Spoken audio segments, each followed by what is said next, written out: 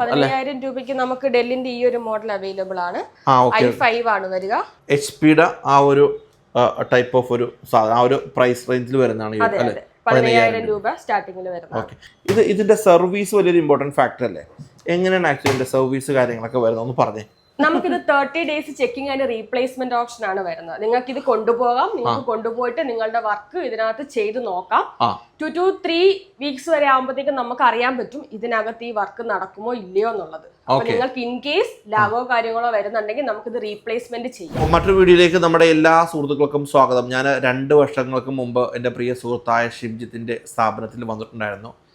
Digital refurb, നിങ്ങൾ അതായത് used laptops ഒക്കെ വെക്കുന്ന ഒരു സ്ഥലമാണ് ഇത്. എക്സാക്റ്റ് ഇതിൻ്റെ ലൊക്കേഷൻ പറയുകയാണെങ്കിൽ പില്ലർ നമ്പർ 589 കലൂർ.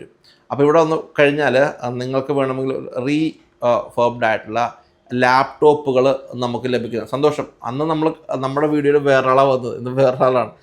ഇവിടെ ഏതൊക്കെ ടൈപ്പ് ഓഫ് ലാപ്ടോപ്സ് ആണ് വെക്കുന്നത്? നമുക്ക് ഡെല്ല്, HP, ലെനോവോ മോഡൽസ് ആണ് വരുന്നത്. ഓക്കെ. ഇതിന്റെ HP ഞാൻ ഇതിനകത്ത് 3 സെഗ്മെന്റ് ആയിട്ടാണ് നമ്മൾ ഈ ഒരു വീഡിയോന് ആൾക്കാർക്ക് പരിചയപ്പെടുത്താനായിട്ട്. ഒന്ന് ഫോർ എക്സാമ്പിൾ ഒരു ബേസിക് ഒരു വീട്ടിലിരുന്നൊക്കെ ഒരു വർക്ക് ചെയ്യുന്ന ആൾക്കാരോ അല്ലെങ്കിൽ സ്റ്റുഡൻസോ പഠിക്കുന്ന ആൾക്കാർക്കോ വേണ്ട ആവശ്യമായിട്ടുള്ള ഒരു ലാപ്ടോപ്പ്, അല്ലെങ്കിൽ ബിസിനസ് ആക്ടിവിറ്റീസിന് വേണ്ടിയിട്ടുള്ള ടൈപ്പ് ഓഫ് ലാപ്ടോപ്പ്. ഇതൊക്കെ ഉണ്ട് നമുക്ക് തിരിക്കാനൊക്കെ പറ്റുന്ന അല്ലെ, ഫോൾഡബിൾ ആയിട്ടുള്ള ഒരു ചെയ്യാൻ പറ്റുന്ന ഒരു ലാപ്ടോപ്പ്. അതുപോലെ തന്നെ ഗെയിമേഴ്സിന് ആവശ്യമായിട്ടുള്ള പാക്ക് പൊട്ടിച്ച തരം ലാപ്ടോപ്പുകളുമാണ് നമ്മൾ ഇന്നത്തെ വീഡിയോയിൽ പരിചയപ്പെടുത്താനായിട്ട്. ഞാൻ പറഞ്ഞ ലാപ്ടോപ്പിൻ്റെ പ്രൈസൊക്കെ എങ്ങനെയാണ് പറഞ്ഞത് ആക്ച്വലി. ഇപ്പോൾ ഫോർ എക്സാമ്പിൾ ഒരു 15,000 രൂപയ്ക്ക് കിട്ടുന്ന ലാപ്ടോപ്പ് 15,000 രൂപയ്ക്ക് നമുക്ക് ഡെല്ലിന്റെ ഈ ഒരു മോഡൽ അവൈലബിൾ ആണ്. i5 ആണ് വരിക. 8GB റാമും 256 SSDയും ആണ് വരുന്നത്. ഈ ഒരു മോഡൽ എന്ന് പറയുമ്പോഴത്തേക്കും സ്റ്റാർട്ടിങ്ങിൽ കയറുന്ന സ്റ്റുഡൻസിന് ഇത് ഭയങ്കര യൂസ്ഫുൾ ആയിരിക്കും. അവർക്ക് ലാപ്ടോപ്പ് വേണമെന്ന് പറഞ്ഞ സ്റ്റുഡൻസിനൊക്കെ ഒരു 15,000 കൊടുത്താൽ മതിയോ? പിന്നെ നമുക്ക് വർക്ക് അറ്റ് ഹോം ആയിട്ട് എക്സൽ ഒക്കെ യൂസ് ചെയ്യുന്ന ആൾക്കാർക്ക് ഒരുപാട് ഒരു ഹെവി ഗ്രാഫിക്സ് വർക്ക്സ് ഒക്കെ എക്സ്പെക്ട് ചെയ്യുന്ന ആൾക്കാരാണെങ്കിൽ ഇത് ഉപയോഗിക്കാതിരിക്കുക അല്ലേ? ഇത് ബേസ് മോഡലാണ് വരുന്നത്. ഇപ്പം എനിക്ക് തോന്നേ ഇതൊരു കമ്പനി തുടങ്ങാൻ പോകുന്ന ഒരാള് അവർ ലാപ്ടോപ്പിന് ഒരു 5 ലാപ്ടോപ്പിന്റെ റിക്വയർമെന്റ്സ് ഉണ്ട് എന്നവർക്ക് ബേസിക് ലാപ്ടോപ്പ് മതി എന്നുണ്ടെങ്കിൽ ഇത് ഓക്കെയാണ്. ഒരു കോൾ സെന്റർ ഒക്കെ റൺ ചെയ്യുന്ന ടൈപ്പ് ഓഫ് ഒരു ബിസിനസ്, ടെലികോളേഴ്സിന് മെയിൽ മാത്രം ചെക്ക് ചെയ്യാൻ വേണ്ടിയിട്ട് എക്സൽ വർക്ക്, അതിനൊക്കെ ഇങ്ങനത്തെ മോഡൽസ് ഭയങ്കര യൂസ്ഫുൾ ആണ്. HP-യുടെ ആ ഒരു ടൈപ്പ് ഓഫ് ഒരു സാധനം, ആ ഒരു പ്രൈസ് റേഞ്ചിൽ വരുന്നതാണ്.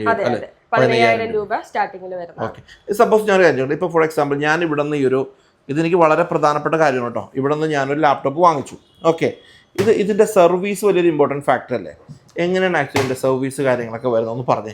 നമുക്കിത് 30 days checking and replacement option ആണ് വരുന്നത്. നിങ്ങൾക്ക് ഇത് കൊണ്ടുപോകാം, നിങ്ങൾക്ക് കൊണ്ടുപോയിട്ട് നിങ്ങളുടെ വർക്ക് ഇതിനകത്ത് ചെയ്ത് നോക്കാം.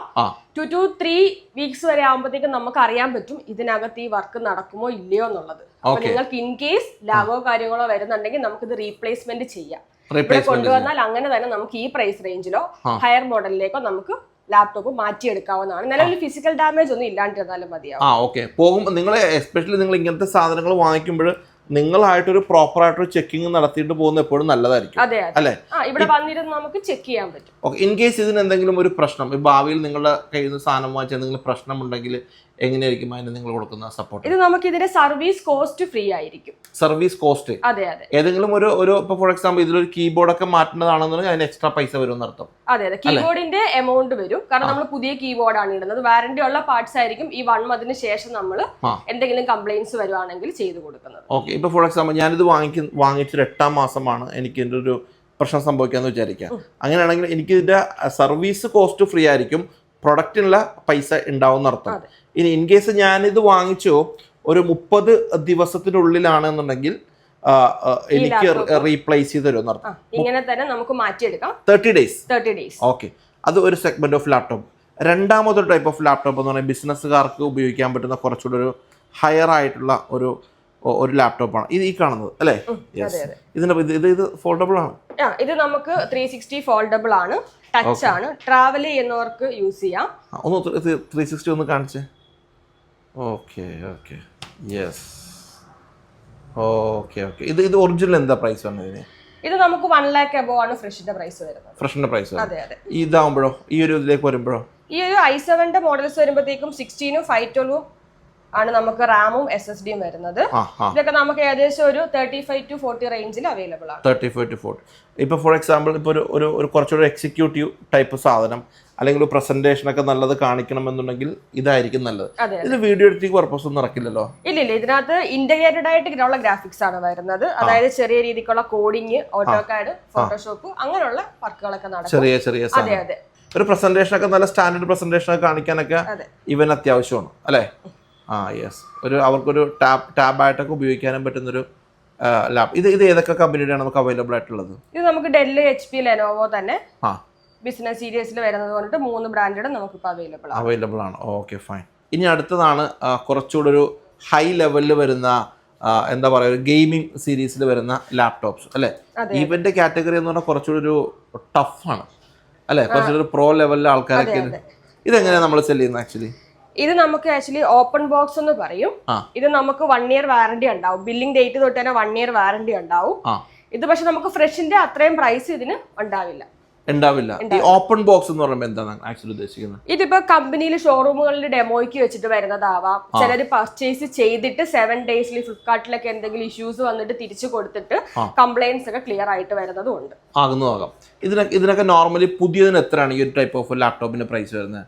ഇതിന് മാർക്കറ്റ് പ്രൈസിനെക്കാളും 10,000 രൂപീസോളം കുറവായിരിക്കും നമ്മളുടെ പ്രൈസ് വരുന്നത്. 10,000 കുറവായിരിക്കും. അതെ ഓരോ മോഡൽ അനുസരിച്ചിട്ടായിരിക്കും പ്രൈസ് മാറുക. ഏകദേശം ഒരു 1 lakh ഒക്കെ ഉള്ള മോഡൽസ് ഒക്കെ ആണെങ്കിൽ നമ്മളുടെ അടുത്ത് ഒരു 85,000 to 90,000 വരെയൊക്കെയാണ് വരുന്നത്. അപ്പൊ ഇതിൽ ഏറ്റവും പ്രധാനപ്പെട്ട കാര്യം നമ്മൾ കൊടുക്കുന്ന വാറന്റി അല്ല, കമ്പനി പ്രൊവൈഡ് ചെയ്യുന്ന വാറന്റി ബില്ലിംഗ് ഡേറ്റ് തൊട്ട് 1 yearലേക്ക് പർച്ചേസ് ചെയ്യുന്ന ആൾക്ക് അതിന്റെ സൈറ്റിൽ കയറി അപ്ലോഡ് ചെയ്ത് കഴിഞ്ഞാൽ വാറന്റി കിട്ടുന്നതാണ്. ഇത് എപ്പോഴും നമുക്ക് അവൈലബിൾ അല്ലല്ലോ? ഇല്ല, ഇത് നമുക്ക് കസ്റ്റമർ റിക്വയർമെന്റ് അനുസരിച്ചിട്ടാണ്. ഇപ്പൊ നമ്മുടെ അടുത്തൊരു മോഡൽ ഇരിപ്പുണ്ട്. ഇത് നമുക്ക് അസ്യൂസിന്റെ റോക്ക് സ്ട്രിക്സ് എന്ന് പറയും. G50 ഗെയിം കളിക്കുന്ന ആൾക്കാർക്കും ഗെയിമിംഗ്, റെൻഡറിങ്, വീഡിയോ എഡിറ്റിംഗ്.